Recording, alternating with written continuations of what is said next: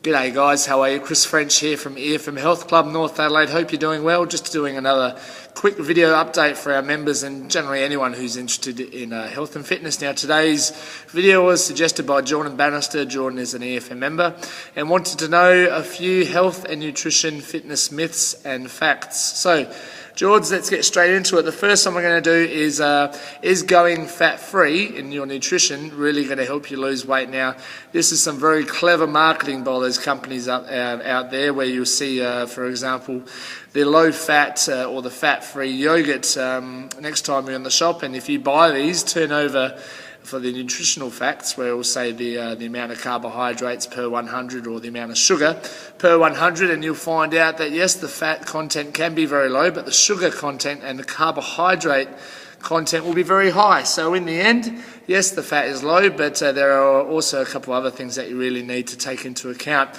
So just be wary of that. There are some very clever marketing companies out there in how they try and proclaim their healthy food is the be-all and end-all in losing weight. Uncle Toby's are also another good one with their cereals. You look on the back and see how much sugar is in one of those servings of cereal, and you might want to find an alternative for that. So going fat-free is good, but not in all cases. Look on the back for nutritional advice.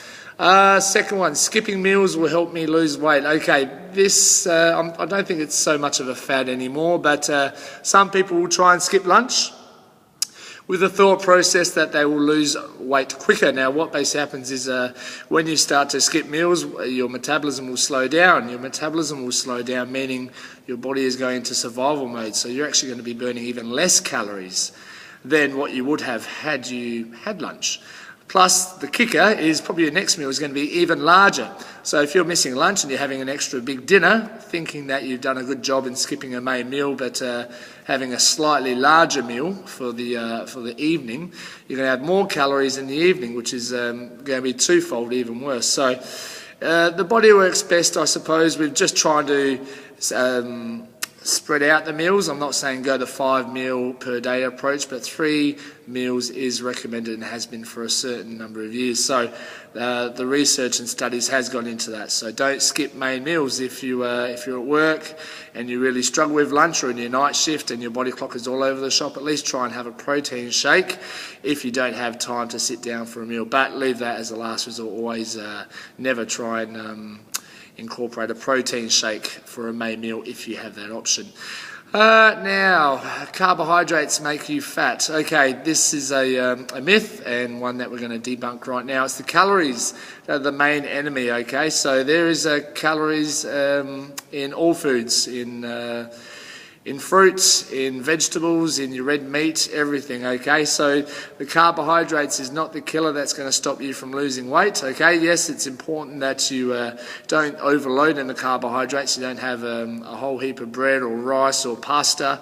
But these are the foods, and these carbohydrates is a source of fuel for the body as well. So the body will find it very difficult to go from a normal nutritional plan that you're on now, or you may be thinking about, and then suddenly cutting out all carbohydrates and going down the Atkins diet path. So carbohydrates, not the main enemy, I would say. Calories are the one. If you go for the Dr. Atkins diet, for example, which is all protein, and you overeat and you're having a whole stack of protein, there's still calories. You're still going to put on weight.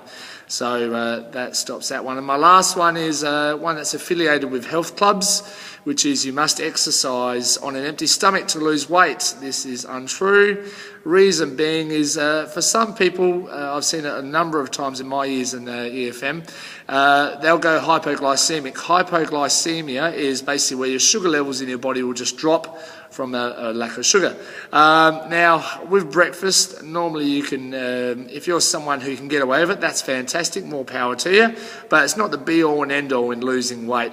So if you're someone who has tried the empty stomach approach exercise and you've got nauseous stomach cramps, or you just feel very faint and you've had to lie down with your feet up in the air so all the blood comes back rushing back down to the brain, very rarely will the body get used to that those symptoms. So if you're someone who just can't stomach, pardon the pun, exercising on an empty stomach, then you're going to have to try some healthy options for breakfast. And it doesn't have to be a full breakfast meal. It could be half a banana or something as simple like that. Maybe even going back to the shakes, maybe even just half a protein shake, and just experimenting and seeing what the body will let you get away with. But exercising on an empty stomach to lose weight, there's a few more important facts than that to get your results. Guys, that's it. Please feel free to send feedback if you want any future topic discussed.